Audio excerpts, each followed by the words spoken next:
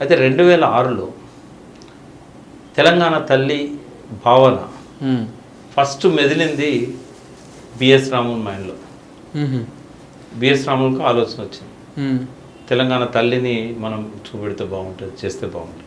ఆయన ఏం చేసిండు, అప్పుడు ఒకటి కొంగు నడుముకు చుట్టవే చెల్లెమ్మ అని ఒకటి ఫోటో ఉండేది, పచ్చటి చీర జాకెట్, దానిలో కొంగు నడుము పెట్టుకొని గోసు పెట్టుకొని ఆ చేతిలో ఒక కంకి ఇట్లా పెట్టుకొని దాన్నే ఆమె ప్రజాతంత్రంలో ప్రింట్ చేశాడు.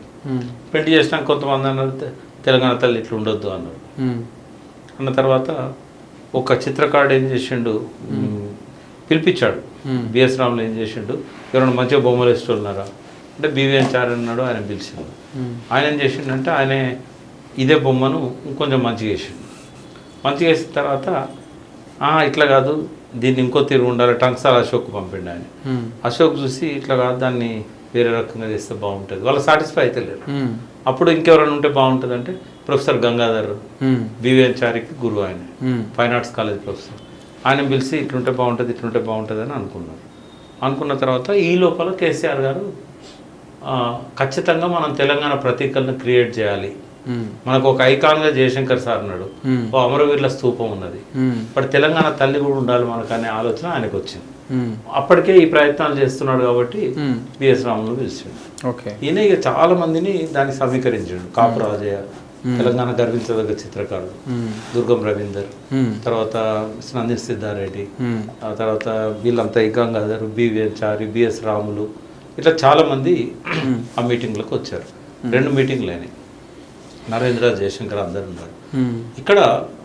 ఇక్కడ మనకు తెలంగాణ తల్లి యొక్క ఇంపార్టెన్స్ అంటే అది లాబింగ్ ప్రక్రియ ఫెయిల్ అయిన తర్వాత తెలంగాణ అస్తిత్వ పోరాటం విజయం పొందడానికి ఒక ప్రత్యేక కారణంతో తెలంగాణ తల్లి క్రియేట్ అయింది. నంబర్ 1, తెలంగాణ తల్లి ఒక పేద తల్లిలాగానే ఎందుకు ఉండాలి? ఇప్పుడు తల్లి అన్నప్పుడు మన తల్లిని మనం గొప్పగా చూసుకుంటామా, దరిద్ర దేవతలాగా చూసుకుంటామా? గొప్పగా చూసుకుంటాం. తెలంగాణలోనే కాకుండా భారతదేశ వ్యాప్తంగా దేవతలు అని అంటే ఒక రూపం కనబడుతుంది, మన కిరీటం ఉంటుంది, దేవతలానే ఉంటుంది. ఉద్యమ ప్రతీకగా మనం చూపెట్టినప్పుడు దేవతలాగా చూపెడితేనే అందరికీ ఒక భావన ఏర్పడుతుంది, తల్లి అనే భావన, ఒక గౌరవ భావన, మదర్ ల్యాండ్, భూమాత, ఇట్లాంటివన్నీ ఉంటాయి. తెలంగాణ తల్లి అంతకుముందు భరతమాత బొమ్మ ఎట్లుందని కేసీఆర్ అడిగాడు. భరతమాత బొమ్మలో కిరీటం ఉంటుంది. అట్లనే ఆంధ్రమాత ఎట్లుండే, మద్రాసుతో కొట్లాడినప్పుడు ఆంధ్రమాతను తయారు చేసుకున్నారు, ఆంధ్రమాతకు కూడా కిరీటం ఉంది, మరి మనకెందుకు ఉండదు అని చెప్పి గంగాధర్ చెప్పి ఒక కిరీటంతో మంచి ఒకటి ఫోటో ప్రింట్ చేశారు. ఒక కిరీటంతో మొదలైంది. ఇక్కడ ఏమేం కావాలి? వడ్డానం కావాలి, కిరీటంలో ఫస్ట్ డైమండ్ ఉండాలి. తెలంగాణ గర్వకారణమైంది, ప్రపంచంలోనే పెద్ద డైమండ్ కోహినూర్, ఆయన కోహినూర్ డైమండ్ ఇక్కడ పెట్టాడు. వడ్డానం లేకుండా తెలంగాణ తల్లి ఉంటుందా? తెలంగాణ కల్చర్ అది. ఇప్పుడు ఎవరైనా పెళ్లిలో పోతే వడ్డానం పెడతారు. ఈవెన్ మధ్యతరగతి వాళ్ళు కూడా వాళ్ళకి సాధారణంత పెద్దోళ్ళు 20 తులాలు కొంటే వీళ్ళు 10 తులాలు 5 తులాలు కొంటారు కదా. అవును. అలా జాకబ్ వజ్రం పెట్టాడు, జాకోబ్ వజ్రం, అది కూడా తెలంగాణలో దొరికింది. ఈ 2 1 and 2 ప్లేస్లో ఉంటాయి ప్రపంచ వజ్రాల సంపదలో. సో ఆ 2 ఎలిజబెత్ రాని పట్టుకపోయింది, అయితే అది పెట్టారు. తర్వాత గద్వాల చీర, అంటే గద్వాల చీర అయినా పోచంపల్లి చీర అయినా ఈ నేత చీరలకు తెలంగాణ అనేది ఒక ప్రసిద్ధి, ఆ చీరను పెట్టారు. మరి చీర ఏ కలర్లో ఉండాలి? అంతకుముందు బొమ్మలలో అన్నిట్లో పచ్చ కలర్ ఉన్నది. అప్పుడే నరేంద్ర గారు వచ్చి పచ్చ కలర్ ఉండేది, భరతమాతకే చీర గులాబీ రంగు ఉంటుంది, భరతమాత గులాబీ రంగు ఉన్నప్పుడు ఇది మన పార్టీ రంగు మనం ఎందుకు పెట్టుకోవద్దని చెప్పి నరేంద్ర గారు ఆ గులాబీ రంగు చీర పెట్టాడు. అంతకుముందు అది పచ్చ రంగు చీర, జాకెట్ అట్లే ఉంటుంది, పచ్చ జాకెట్ ఉంటుంది. మరి చేతుల్లో ఏముండాలి అంటే మనకు బతుకమ్మ పెద్ద పండుగ, తెలంగాణ ప్రత్యేకమైన పండుగ కాబట్టి బతుకమ్మ ఉండాలి. ఇంకో చేతులు ఏముండాలి? మనది మెట్ట భూములు, మన జొన్న కంకి, మొక్కజొన్న ఇవి ఉండాలి. ఇట్లా ఒక్కొక్క దానికి ఒక ప్రత్యేకత ఉంటుంది అన్నట్టు ఆ తెలంగాణ తల్లి విగ్రహంలో. అట్లా దాన్ని తీసుకురావడం జరిగింది. అయితే నేను ఒకటే అడుగుతున్నా రేవంత్ రెడ్డి, అంటే అదే సార్, ఇప్పుడు మీరు చెప్పిన దాని ప్రకారం కిరీటము ఒక సందర్భం, అంటే దేవతను కొలవడానికి, దేవత రూపం ఇవ్వడానికి ఇచ్చారు, వడ్డాలం, ఇట్లా ప్రతి ఒక్క దానికి ఒక్కొక్క రీజన్ ఉంది. ఇది ఏ ఒక్కరి మదిలో మెదిలినటువంటి ఆలోచన కాదు. అది యాక్చువల్ రాజా రవివర్మ అని భారతదేశం గర్వించదగ్గ చిత్రకారుడు. ఇవాళ ఏ దేవత బొమ్మ చూసినా కూడా ఆయన గీసినాయి కాబట్టి ఆయన ఒక ట్రెడిషన్ ను నెలకొల్పిండు. దేవత అంటే కిరీటం ఉండాలి, ఆ రవివర్మ చిత్రాల లాగా ఉండాలి అనేది కేసీఆర్ గారు చెప్పారు. సో కాబట్టి చెప్పారు. మరి ఇప్పుడు ఇవాళ రేవంత్ రెడ్డి గారు అసెంబ్లీలో మాట్లాడడమైనా బయట మాట్లాడడమైనా మన తెలంగాణ తల్లి అంటే కిరీటం ఉంటుందా, ఇంత సుసంపన్నంగా ఉంటుందా, వజ్రాలు ఉంటాయా, వజ్రవైడూర్యాలు ఉంటాయా, భుజకీర్తులు ఉంటాయా, ఇవన్నీ ఉండవు కదా మన తెలంగాణలో. మన ఇప్పుడు దరిద్రంగా ఉండాలి తెలంగాణ. ఇప్పుడు తెలంగాణలో రేవంత్ రెడ్డి కుటుంబం ఉన్నది. రేవంత్ రెడ్డిని అన్నప్పుడు వాళ్ళ పెద్ద కుటుంబాన్ని అన్నప్పుడు రేవంత్ రెడ్డి తల్లి కూడా పేదదే కదా. మరి అట్లే దరిద్రంగా చిన్న జాకెట్తో చిన్న చీరతో చూపెడతాడా? తల్లిని గొప్పగా ఊహించుకుంటాం కదా. మనం దరిద్రంగా ఉన్న పర్లేదు, తల్లి గొప్పగా ఉండాలనుకుంటాం కదా. తల్లి మీద ప్రేమ ఉన్నాడు ఎవడైనా, తెలంగాణ తల్లి మీద ప్రేమ ఉన్నాడు ఎవడైనా అట్లా పిచ్చి మాటలు మాట్లాడరు.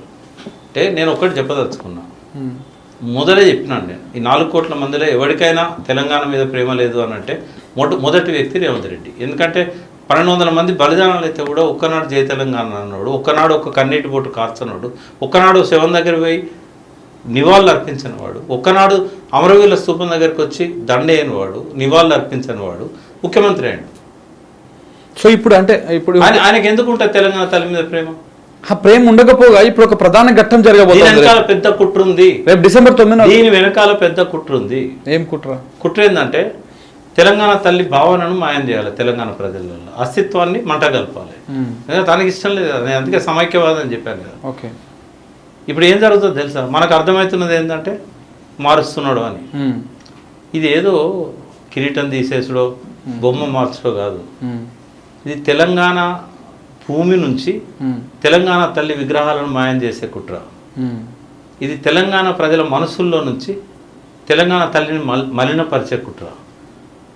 సెక్రటరియట్ ముందట రోజుకో 10 లక్షల మంది పోతుంటారు, ఇటు అటు అటు ఇటు. దాని పేరే తెలంగాణ తల్లి ఫ్లైఓవర్.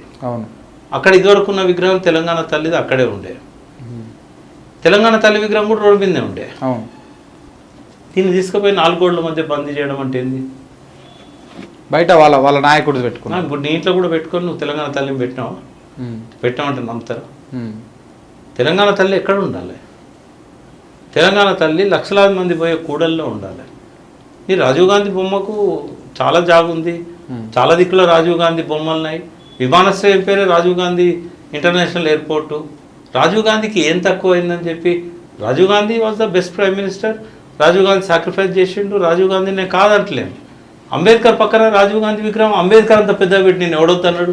కానీ తెలంగాణ తల్లి కోసం పెట్టిన జాగల తెలంగాణ తల్లిని తీసేసి నువ్వు నీ 4 గోడల మధ్య బందీ పెడితే సెక్రటరియట్ లో పర్మిషన్ తీసుకొని పోయి దండం పెట్టానా తెలంగాణ తల్లికి? లోపలికి అలా ఉండదు కదా. నేను బట్టిగా అనలేదు. ఆర్టికల్ 3 కింద ఆంధ్ర తెలంగాణ కలుపుతారని.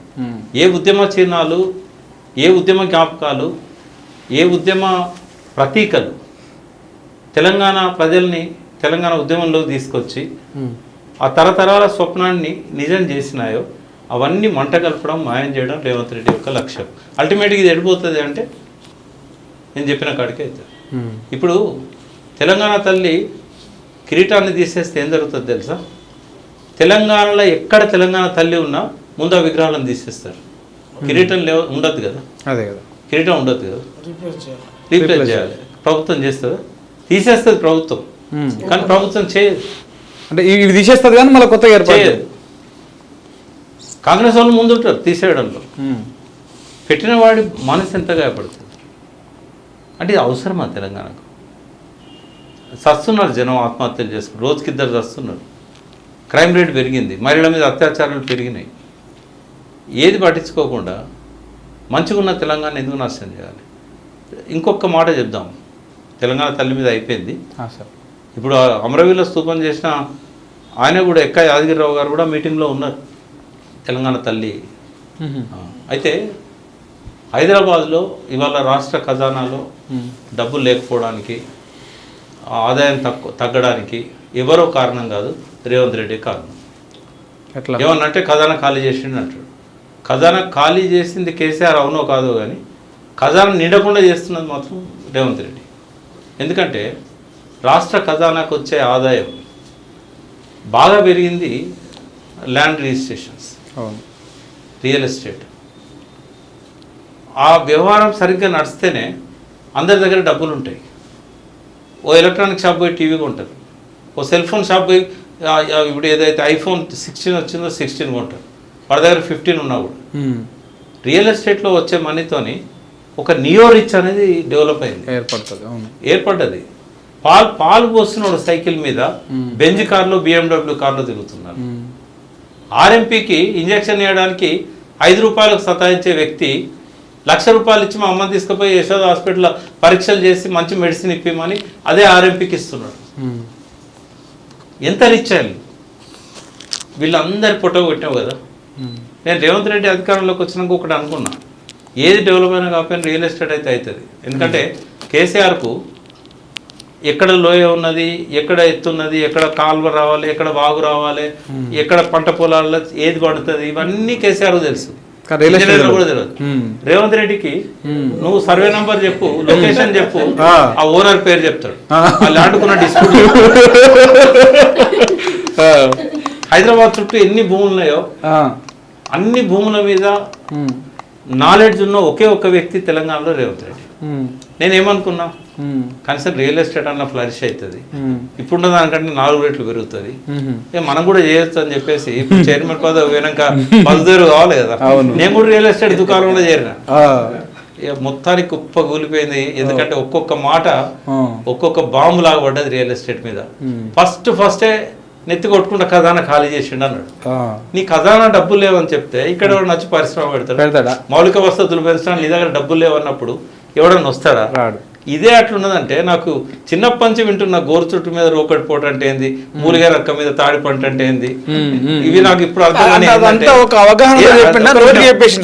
హైడ్రా అనేది ఏదైతే వచ్చిందో అసలే కుదేలైన రియల్ ఎస్టేట్ మొత్తానికి కొలాప్స్ అయింది.